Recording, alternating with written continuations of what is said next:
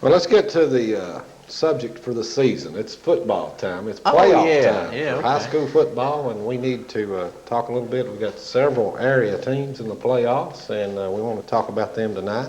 Phone lines are open if you want to make a call. Looks like we've got someone on the line now.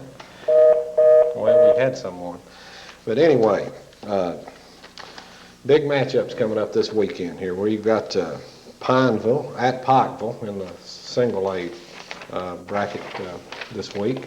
And we also have another area team. Is that South Floyd who are? Yeah, South Floyd will play Harlan, and they will be at Harlan. Of course, Hazard will play Lynn Camp at Hazard, and Paintsville will play at Williamsburg in the single A.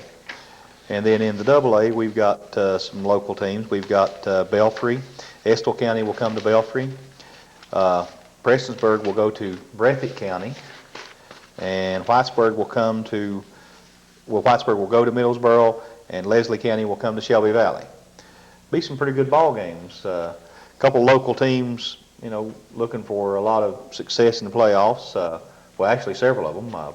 Shelby Valley and Belfry both 1 and 2 in that district. Both of them with home games, looking to move and advance farther on into the playoffs. And Pike will also undefeated in their district, so they're wanting to move ahead.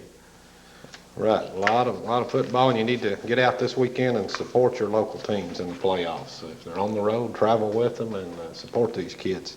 Big matchup, Belfry. The big Belfry over Shelby Valley. We call that the game of the year. Shelby Valley went in undefeated, and the Pirates really put a whipping on them, beat them 28-6. And Dan and I were there as a dominating defense by the Pirates. Well, a lot of people make you can make a great case for the Belfry Pirates when you talk about people like Jonathan Wright or Curtis Childress or people of that nature, but defensively, I mean, they played as well as any team I've seen this season, and they shut down a very, very potent Shelby Valley offense, one that you don't have one player that you can key on, and realizing that they had no problems with Shelby. Other than that 61-yard touchdown run in the fourth quarter, Shelby Valley was shut out in that football game, and just totally dominated. Totally dominant defense did Belfry have, and if you take a look at probably some jitters there from the Shelby Valley kids, because that was a situation they hadn't been used to, hadn't been in. A lot on the line, a lot of, and some people may say, well, it probably did them good to lose going into the playoffs. A loss is a loss. You don't ever want to have a loss. I'm sure that Derek Potter didn't go in and say, great job, I'm glad we lost that one because it'll make us better for playoffs. But now I don't think that there's, that it's that situation. But it's going to take a little bit of pressure off, I think, from the undefeated standpoint once going into the playoff game. And I look for them to have a lot of success this weekend against Leslie County. Leslie County coming to town, and that'll be their first ever playoff game up there for at that facility, and those fans was just tremendous, even in defeat, and the writing was on the wall. I mean, that game was decided early in the second half. But those fans stayed right there, and they supported that team, and it'll be a fun to watch up there Friday night to see how many fans come out. Right, and of course Belfry has who is it?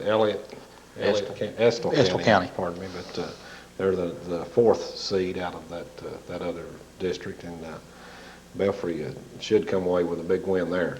But then things will really get interesting. We don't want to look too far ahead, but should things go as they should go this week, the following week, Breathitt County will be coming to Belfry, and that ought to be just a tremendous football game. Well, that'll be a flat war. I mean, you just might as well write that down if that's the matchup. And if you take a look at the season, you think that that's probably going to be the matchup. Not taking anything away from the kids at Estill County or the kids at Prestonsburg, but as they say on paper, who's seeded one and who's not and all that kind of stuff. But that potentially could be the matchup, and if it is, that'll be a war. But now don't count the Black Cats out. I mean, Coach John DeRoss has done a tremendous job down there this season.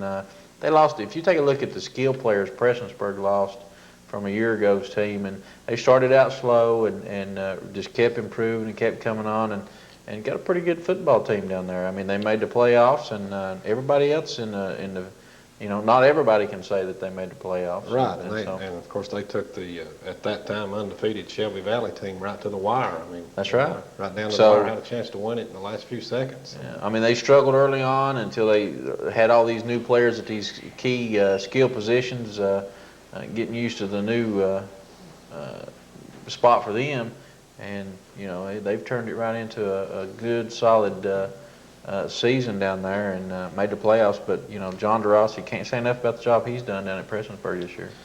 Belfry did a great job Friday night of mixing the run and the pass. They did really did a good job there. Curtis Childers had 74 yards rushing on 13 carries, and Jonathan Wright was 11 of 16 passing for 130 yards and 4 touchdowns, I believe. Just really mixed it up real well.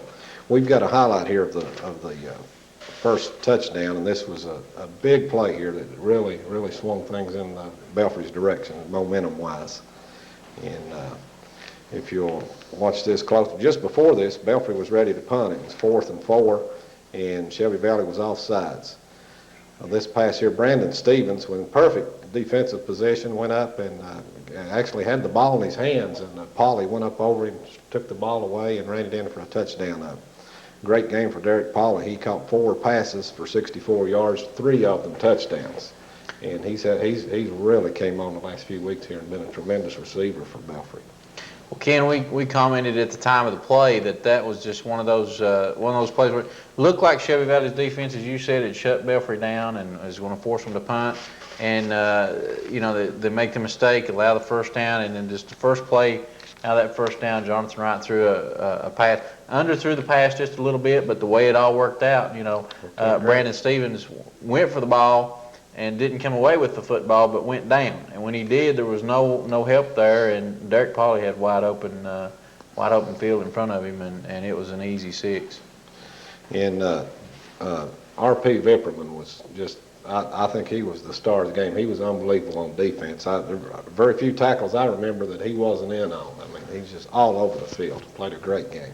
Well, RP got on those tough yards from that fullback position too when they needed it offensively. I mean, he really did. I agree with you, Ken. He without question deserved some accolades for his performance in that game. Charlie Pinson was at Pikeville Friday night, and tell us a little bit about the Panthers' win over Paintsville and how the Panthers look going into the playoffs. Well, we thought we had a real good football game in the first half. I was telling you earlier that with like up to 45 seconds to go in the half, it was 7-0.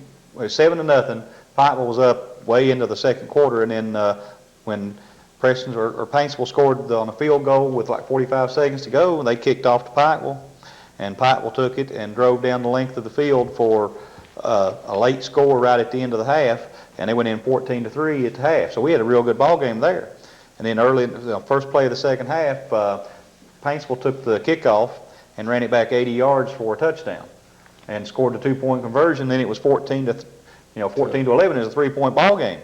And then all of a sudden, the Pikeville offense just got on track, and Matt Branham was spraying the ball all over the field. He threw for over 300 yards, most of it coming in the second half as they just dismantled the Paintsville defense there in the second half. They were getting good protection in the backfield, and anytime they would get in a situation where they needed some extra yardage, they would get in a long yardage situation. They were running a lot of draws to some of the backs in the backfield and picking up a lot of good yardage that way, and they just dismantled that Paintsville offense. I don't know if Paintsville got tired in the second half or what, but Pikeville looked real strong going into the playoffs now.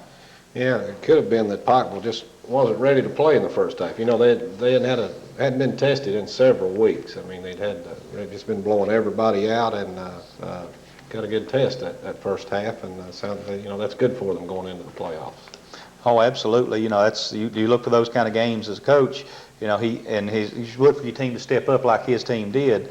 They just took the ball. In the second half, they decided that they wanted to win the ball game, and they started taking the game to Paintsville, and their defense showed up and played a real fine game, and the whole way is Paintsville was actually threatening to score. They were inside the 10-yard line in the first half, and they held them four plays and made them settle with the field goal attempt, and of course they scored the field goal, but that was really the only offensive threat that Paintsville was able to mount except for the touchdown run in the second half on the kickoff. So, Pineville's looking good offensively and defensively. I understand that Pineville, even though they're coming in as a number 4 seed, is not a typical number 4. They lost some games to some of the higher teams in the district and close matchups, and Pineville needs to be ready to play. Oh, absolutely. Of course, Pineville's used to this is normal for Pineville. It's that time of season. We're in the playoffs. I mean, I don't think that's going to mess with them very much. And I'm sure that Coach McNamee, being used to being in that situation as a player and actually as a coach, as he took Pike County Central to the playoffs last year. So, I think he'll have his team ready, and it'll be an interesting matchup as Pike will looking real strong going in. I think they're ranked like 7th in the state right now in single A. So, the only loss coming to Boyle County, who we were commenting earlier, is number 1 in the state. Number 1 in the state. They're undefeated. So, Pineville's got a good team. They'll look for them to go pretty far in the playoffs this year. Right. Just to tell you about our coverage this weekend here on WPRG and the Double X, the Double X will be covering the Pikeville-Pineville game Friday night live. And, of course, that'll be played back on tape delayed on WPRG TV. And we'll also be showing the Belfry Estill County game and the Shelby Valley Leslie County game. All the area teams with home playoff games, we're going to cover all of them. So, once again, your Intermountain Sports Network is there to give you the best coverage in Eastern Kentucky of high school sports. We're going to take a short break, and we'll come back and talk